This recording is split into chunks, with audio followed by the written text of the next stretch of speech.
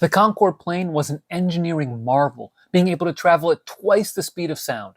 For the first time ever, it is receiving the LEGO Icons treatment in the form of a 2,083-piece set. It will be available for purchase on September 4th and will cost $200. Does the LEGO version do this iconic plane justice? Does it look like it's worth $200? In this video, I'm going to answer these questions and break down 3 key observations of this sleek set.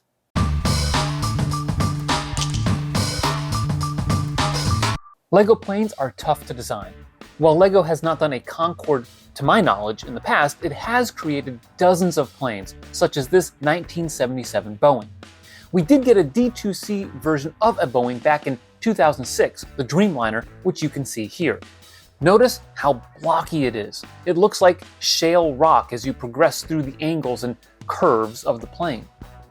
How far has LEGO come since then? Here's the Concorde. It is so much smoother, so much improved in design that it's not even a fair comparison.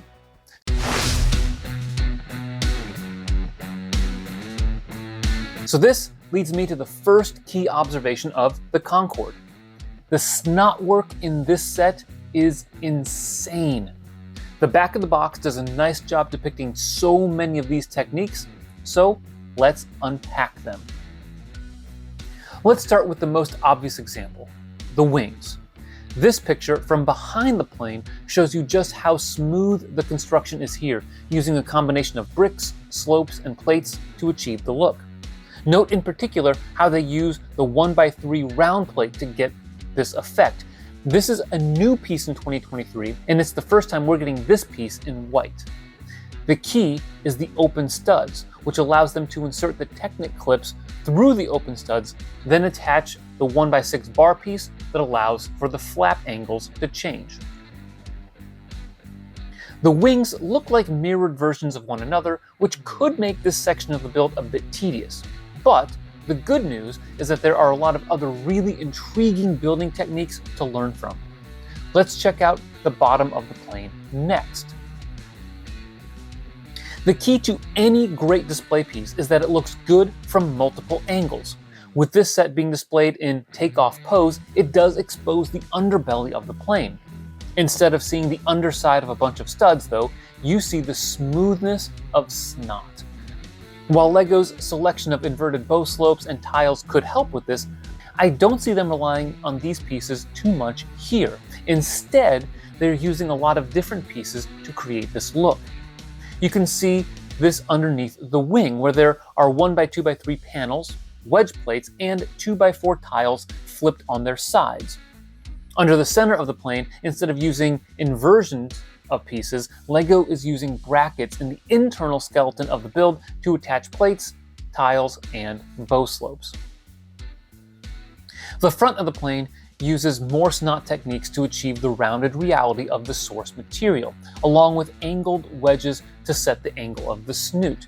It looks like the red stripe is printed on some of these pieces, and I certainly hope that's the case, because stickers are a pain to apply on rounded or angled pieces. Now, the complexity of the SNOT work in this set is best encapsulated by this picture right here. I'm not even sure my mind is capable of processing this image in its entirety, but let's give it a try. First, note the Technic mechanism running through the center of the plane, which we'll discuss in just a bit. But the reality is that the build has to account for that, which is why you get these 1x4 arch-built casings around it. You also have a bunch of brackets turned in every direction. Here's a 1x3 plate connected to a 1x1 with 1x2 bracket and a 1x2 with 1x2 downward facing bracket. Over here, there's a 1x2 plate with 2x2 bracket pointed down that allows for the smooth underbelly construction. And even over here, there's a handful of brackets going in different directions that just look insane. The result of all these incredible building techniques is a super sleek result, which you would expect given the price and technique availability. In some ways, it reminds me of the Saturn V rocket, which really, I think, moved LEGO forward in how it builds rounded objects with its pieces. However, there are a few spots where the tapering of the curves and angles are just a bit choppy. For instance, the tapering toward the back is much better than the old bowing, but still is a little bit abrupt. And I'm not a huge fan of the wedged use at the front, not just because the angle doesn't match well, but because it juts out of the side just a bit.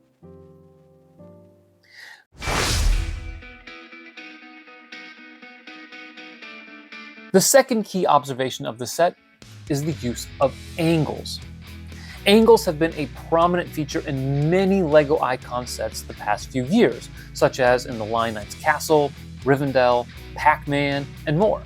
The Concorde gets its own subtle angles that really make this set pop. The two main spots I want to focus on here are the front and back of the plane. For the latter, there are a couple of interesting things going on here. First, the bottom of the plane tapers up at a pretty decent angle, and it looks like they use this red Technic plate to set the angle that continues all the way through the back through the tail. Also, note the angle on the vertical stabilizer and how it tapers as you move up from the dark blue to the white sections. Now, what I notice here is this piece that looks like a 1x6 slope, but I'm not sure I've ever seen it before. Comment down below if you know what that piece is.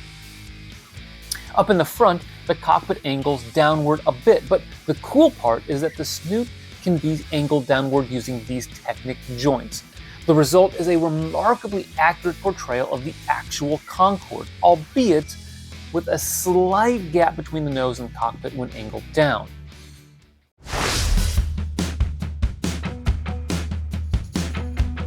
On to the third key observation, and that is details.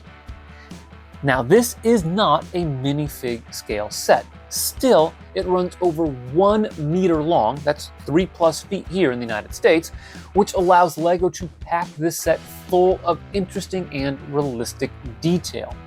We've already mentioned the angled snoot, but there's the retractable landing gear that's pretty impressive. You rotate the tail of the plane and the landing gear will drop down.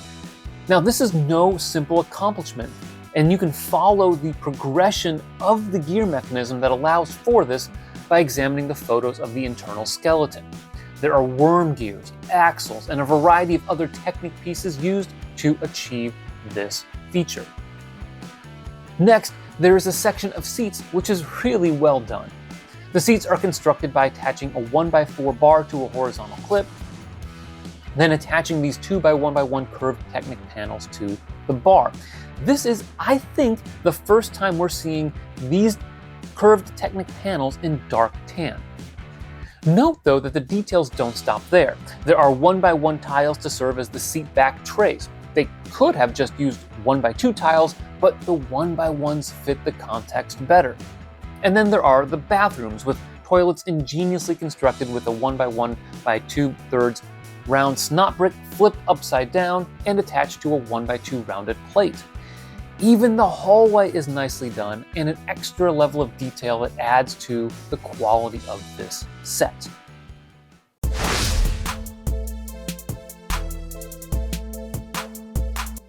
Okay, keeping those three key observations in mind, what are we to make of the Concorde?